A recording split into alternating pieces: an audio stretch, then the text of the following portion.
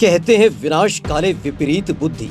Jinping के जवान गोली से ढेर हुए, ओली अब त्राहिमाम त्राहिमाम करने लगे हैं। हिमालयन स्टेट की जनता अब ओली को झोली भर भर गाली दे रही है।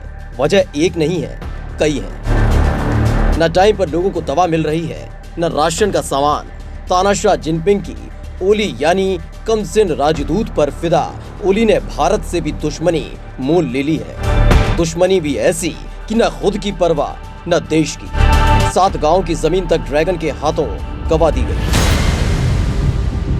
ओली को भरोसा था उसके कुकर्मों पर जिनपिंग पैसों का पर्दा डाल देंगे, नेपाली जनता का ध्यान भटका देंगे। लेकिन कमबख्त दगाबाज ड्रैगन तो ओली को भी दगा दे गया। नेपाल में करप्शन की नई कहानी लिख चुके पीएम केपी शर्मा ओली का प्रिय चीन बॉर्डर चेक पोस्ट को खोलने का नाम ही नहीं ले रहा है। लिहाजा पिछले 8 से 9 महीनों से चीन के रास्ते नेपाल आने वाली जरूरी उपकरणों, दवा, मशीनरी समेत कई सामान बॉर्डर पर फंसे पड़े हैं। भारत से रिश्तों में आए तनाव के कारण नेपाल ने जरूरी वस्तुओं के आयात के लिए चीन की मदद मांगी थी। लेकिन ओली को ये नहीं पता था कि उनका दोस्त चीन एन मौके पर धोखा दे देगा।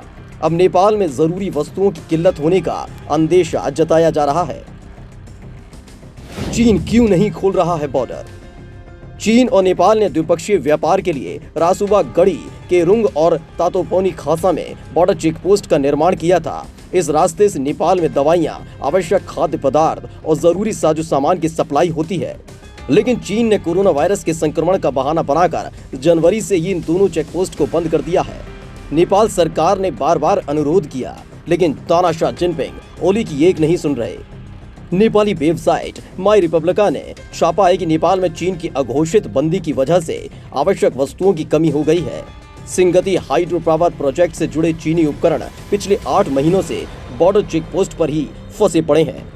लिहाजा परियोजना के निर्माण में भी देरी हो रही है और लागत दिनों दिन बढ़ती जा रही है।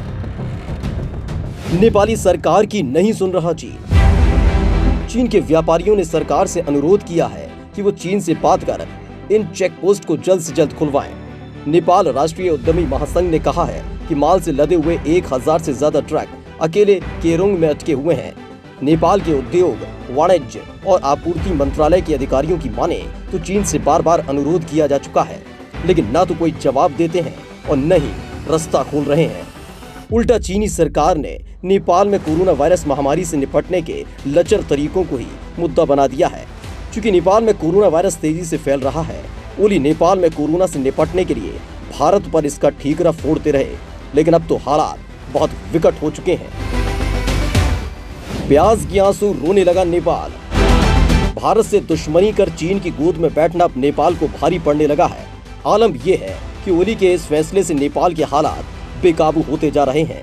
महंगाई आम जनता की कमर तोड़ती जा रही है। लेकिन अब मोदी सरकार के इस फैसले से नेपाल की ओली सरकार औंधे मुंह गिरी है। भारत में कालाबाजारी, महंगे होते प्याज के दामों को देखते हुए सरकार ने नेपाल को हो रहे प्याज के निर्यात पर रोक लगा दी है। निर्यात रोके जाने के बाद सीमा पर ट्रकों की कतार लग गई है। मोदी सरकार के इस फैसले से अब ओली प्याज के आंसू रो रहे हैं। निर्यात पर प्रतिबंध लगाए जाने के बाद पड़ोसी देश नेपाल में प्याज की कीमतें आसमान छू रही हैं। कुछ दिन पहले तक नेपाल में 20 से 30 रुपए प्रति किलोग्राम बिकने वाले प्याज की खुदरा कीमत यहाँ 150 रुपए किलो तक पहुँच गई है। कई जगहों पर व्यापारियों ने जमाखोरी और कालाबाजारी शुरू कर दी है। ऐसे में आने वाले दिनों में इसकी कीमत और ज्यादा बढ़ सकती है।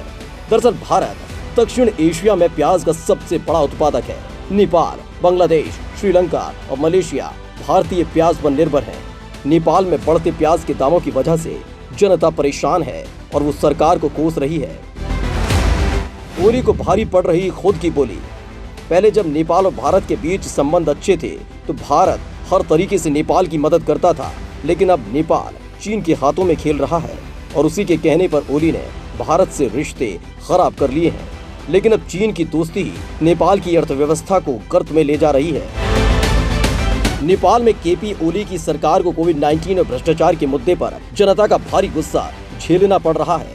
देश में पहले से नमक और टमाटर की कीमतें 100 रुपए तक पहुंच गई हैं। ऐसे में प्याज का महंगा होना नेपाल की जनता को खून के आंसू रुला रहा है। नेपाल में पिछले महीने नमक की कीमतें 100 रुपए प्रति किलोग्राम पर पहुंच गई थी। भारतीय मुद्रा में अगर अनुमान लगाएं तो नेपाल में इस वक्त नमक 60 रुपए प्रति किलोग्राम पर बिक रहा है। नमक की कीमतों में इजाफे ने जनता को सरकार के खिलाफ कर दिया है। नमक के अलावा सरसों का तेल, चीनी, जीरा, काली मिर्च, अरहर दाल, केरोसिन तेल, मिर्च, चना दाल, चाय पत्ती की कीमत भी बेतहाशा बढ़ गई है।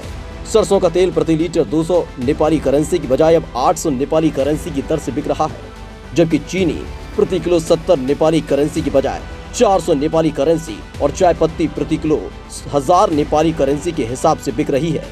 दरअसल भारत से रिश्तों को खराब कर नेपाल ने मुसीबत मोल ले ली है, जिसका सीधा असर उसकी अर्थव्यवस्था पर भी दिख रहा है।